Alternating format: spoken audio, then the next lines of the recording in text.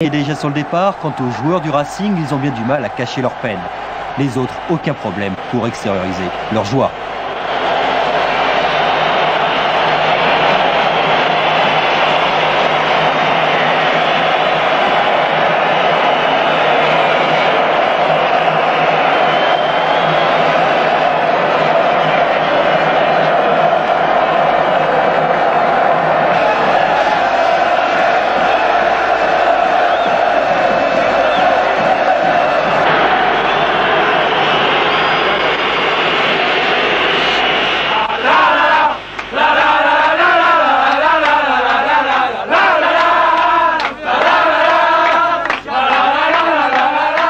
C'est l'horreur, hein.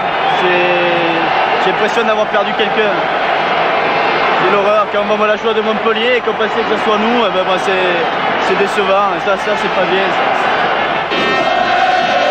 2 bonnes heures avant le match, le stade appartient déjà aux Montpelliérains quand les Poussins sont sur la pelouse pour jouer leur Coupe de France. On est chez nous avec l'accent languedocien, un sentiment qu'a bien du mal à partager Georges Frêche à la recherche de sa place. Le député maire montpelliérain est le premier officiel présent, sûr qu'il ne ratera pas le coup d'envoi. Ça, c'était côté court.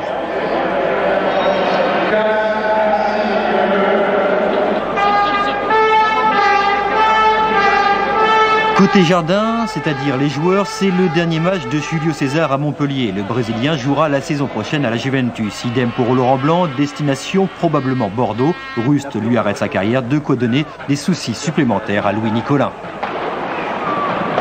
Quand j'ai pris une décision mûrement réfléchie, je crois que rien ne peut la changer. Je souhaite que Montpellier soit européen, c'est-à-dire qu'on aura gagné la Coupe de France. Et quant à mon avenir, ça se jugera après la finale justement. Les Racingman sont tendus. Cette finale ressemble fort à un cadeau empoisonné. Vedette à l'applaudimètre, Pascal Olmeta ici encouragé par les Poussins d'Ajaccio. Ils ne sont pas les seuls. Invités de marque, les rugbyman du Racing avec le bouclier de Brennus, l'exemple à suivre avec la Coupe de France. Une Coupe de France que convoite Jean-Luc Lagardère. Et pour imiter les collègues du Racing, les nœuds de pape sont de rigueur. Cet après-midi, j'ai craqué, j'ai pas pu aller les voir à Clairefontaine. Je suis resté à regarder le tennis à la télé et j'étais mal. Et pendant le match, vous n'allez pas craquer? Je sais pas, je me demande si je vais pas m'en aller maintenant.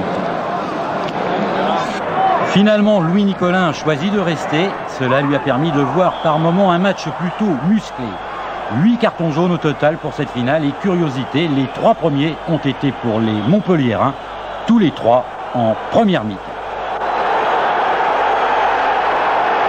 Les Parisiens ont fait nettement mieux au cours de la deuxième période. Ils ont eu droit à 5 avertissements et encore, Monsieur Biguet aurait pu en distribuer davantage. Pas toujours facile, l'avis d'arbitre. Oui.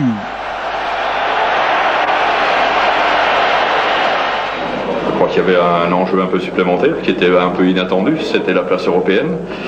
Le résultat qui ne s'est pas décanté, les buts qui n'ont pas été marqués tout de suite, il a fallu attendre les prolongations. De là, bon, ça amène une certaine tension, une certaine nervosité qu'il a fallu contrôler du mieux possible. Il faut attendre 27 minutes pour voir la première action dangereuse. Elle est montpelliéraine avec une sortie kamikaze d'Olmeta, un tir de Guérin, mais Milojevic sauve sur sa ligne. Un peu de chance pour le RP1 qui se crée sa meilleure occasion après une demi-heure de jeu sur ce débordement de Ginola. Contrôle et reprise en demi-volée de Stéphane Blondeau qui passe au-dessus. Dommage car des occasions comme cela, les Parisiens n'en auront pas d'autres. À l'inverse de Montpellier qui domine la partie et se voit offrir un cadeau par Haïd. Cantona est contré. Il glisse en retrait pour Guérin qui frappe. Mais Olmeta est toujours à la parade. En deuxième mi-temps, Montpellier est tout près d'ouvrir le score sur ce coup franc de Ferraoui, repris de la tête par Laurent Blanc. Le ballon est passé au-dessus des buts de Pascal Olmeta, mais c'était bien vu et pas mal jugé.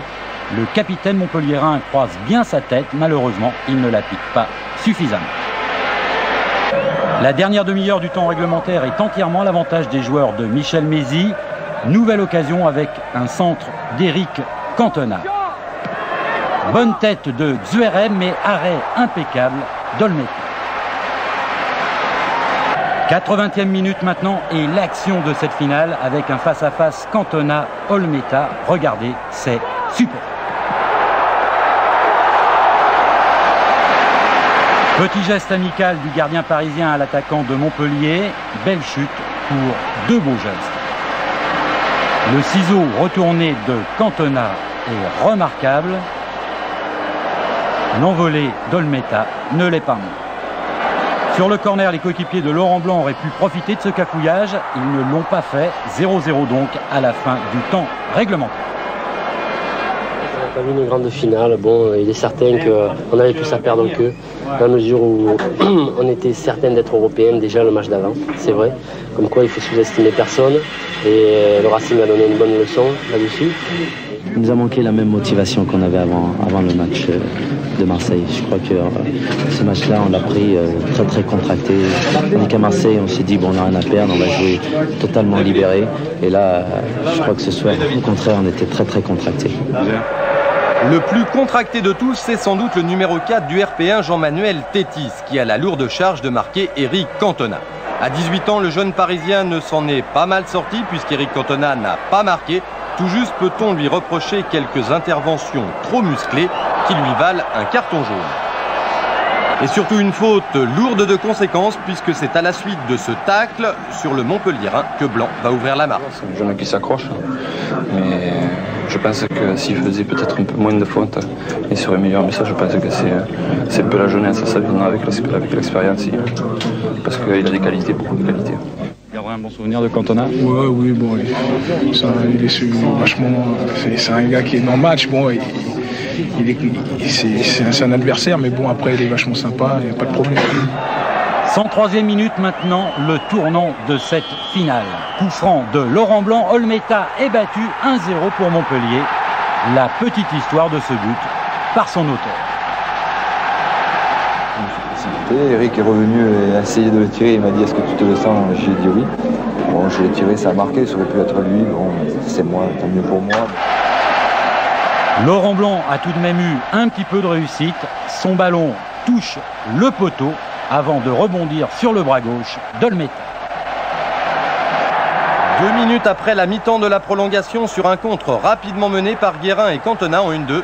Centre de Vincent Guérin pour Kader Terraoui qui seul face à Olmeta marque le deuxième but montpelliérain. C'est la délivrance pour Albert Russe qui rêve d'un titre national depuis 17 ans.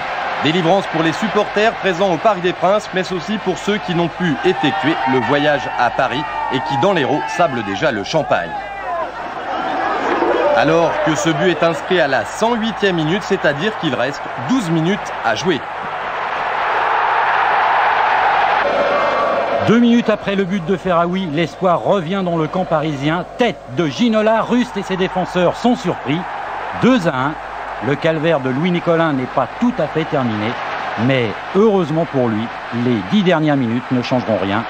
2-1 donc pour Montpellier. Si cette finale ne restera pas dans les mémoires, ce n'est pas la faute de Pascal Olmeta qui, comme à son habitude, a fait le spectacle. Irréprochable dans ses buts, lorsque Montpellier a pris l'avantage, il a tout fait pour relancer le RP1, en essayant notamment de rééditer ses exploits de Bordeaux et de Brest, où sur ses actions, le RP1 avait renversé la vapeur dans les toutes dernières minutes de jeu. Olmeta qui a passé les 10 dernières minutes dans le camp de Montpellier, on vient de l'apercevoir sur la gauche de l'image, alors que les joueurs de l'Hérault contre-attaquent avec Cantona, Guérin et Xuereb. Le but ne sera pas marqué et la Coupe de France ira finalement à Montpellier. C'est un truc. Quand on est jeune, on rêve à la Coupe de France. On rêve tout le temps, on dit voir les autres. Quand on voit les grands jouer, on va dans la rue et puis on se prend pour tous ces types.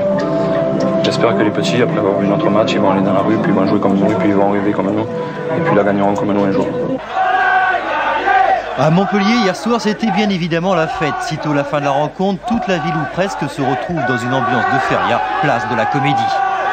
Le goal, là. Je suis super contente. T'as bien vu le goal, quand même. J'ai la feria.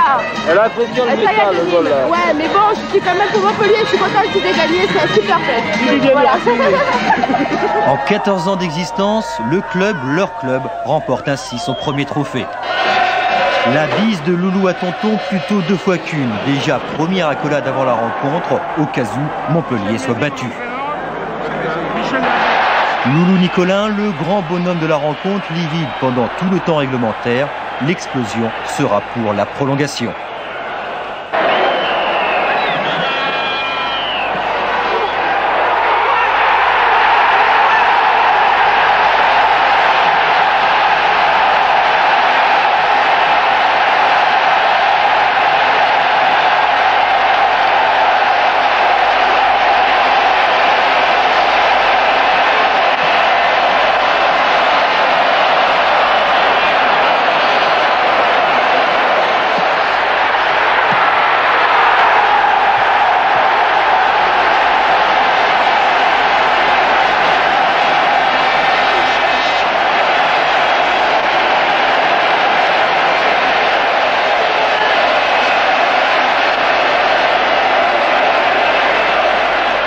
Cette victoire finale de Montpellier permet à Nicolin de faire une deuxième bise à François Mitterrand. Nicolin, président heureux et comblé d'un club européen pour la 2e fois, un succès qu'il peut partager avec Michel Mézy.